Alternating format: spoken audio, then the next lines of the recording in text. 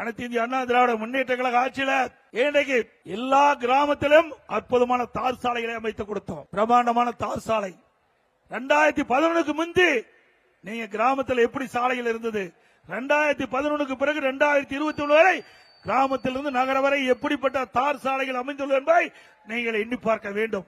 அது மட்டுமில்லாம இன்றைக்கு தமிழகத்திலே எல்லா துறைகளிலும் சிறந்து விளங்கிய அரசாங்கம் அதிமுக அரசாங்கம். தேசிய அளவில் பல விருதுகளை பெற்றோம். இன்றைக்கு உணவு தானிய உற்பத்தி இந்தியாவிலேயே அதிக அளவில் உற்பத்தி பண்ணி செய்து கிறிஸ் கர்மான் என்ற விருதை 5 ஆண்டு பெற்றோம்.